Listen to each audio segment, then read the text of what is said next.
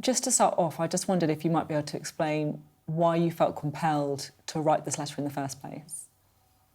Thank you for having me today. And yes, so I decided to write this letter because I feel that things are starting to move in the right direction, but I think that we're just not going far enough with it. There was an amendment that was voted through the Lords last week that over 60 Labour MPs had put their names down to support the social media ban for under 16s.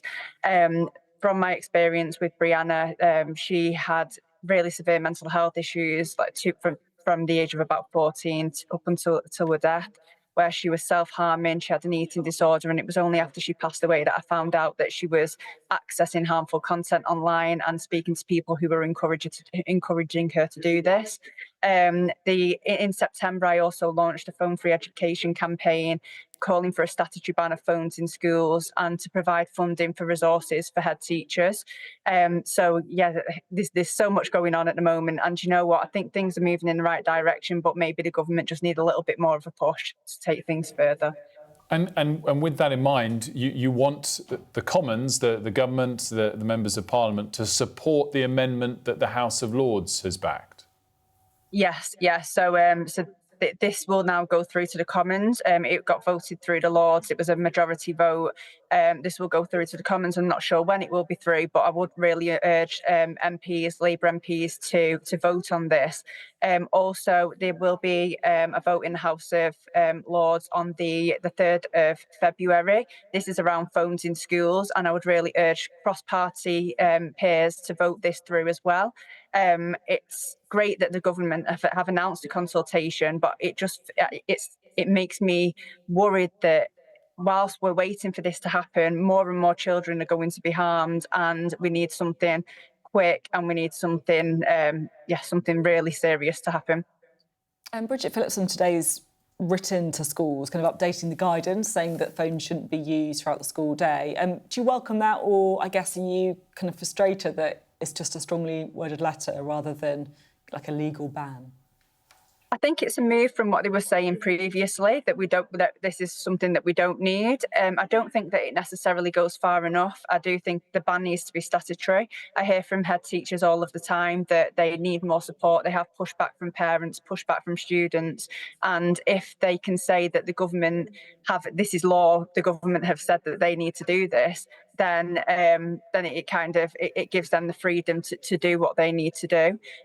Also, I think that it's not very clear whether they're going to have an out-of-sight policy as a recommendation. We know currently that 79% of secondary schools in England operate an out-of-sight policy, and we know that this doesn't work. Children are taking the phones out in classroom, messaging each other underneath the desk, taking photographs of each other. There's a new trend that teachers are telling me about called muggies, where children are taking pictures of other children and zooming in on the face and ridiculing them on social media. So there's absolutely no place for phones in schools. And yeah, I think that head teachers just need real support on this. They also need funding to resource this as well, because that's another thing that I hear from head teachers. They don't know how to do this, and they haven't got the money to be able to enforce it properly. It's so amazing to have you on talking about this, given your personal experience. And I just, if I may, wanted to dwell on how important it is to have national bans, not just to help school teachers, but to help parents.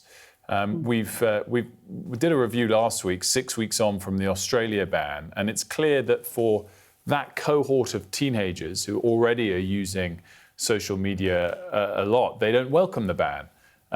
But I guess this is both to help parents enforce something that they might have wanted to do anyway, but also protect kids of the next generation who aren't yet on social media, to make it something that is not a norm.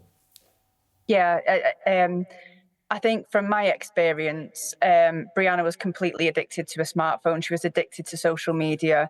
The impact this had on her mental health, but also her school life. Like, she was on a reduced timetable due to behaviour issues around phone use.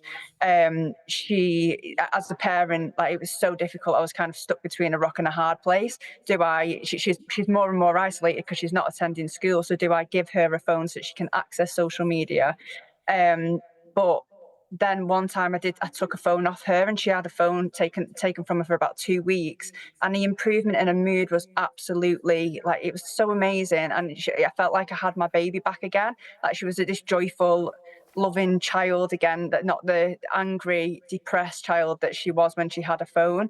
For parents, it's so difficult, especially because the age is 13 at the moment. So once the child reaches 13, they're constantly like battling with the parents to say that they now want social media. And, you know, I would go as far to say as well that it's not a social media ban, it's liberating children from social media, because currently they're spending 35 hours a week on social media, which is the equivalent of a full-time job.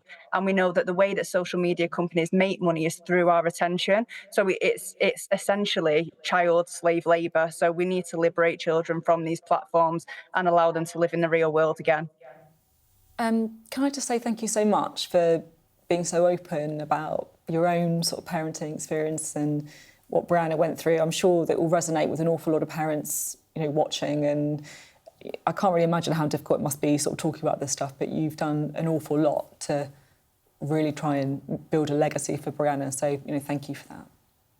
Oh no, thank you. And yeah, all of the work that I'm doing, it's in Brianna's memory, and it's because I don't want other parents and children to go through what we went through. And I hear from so many people all of the time that they are really struggling, and this is why I would really like support from the government, because we need it in this current time.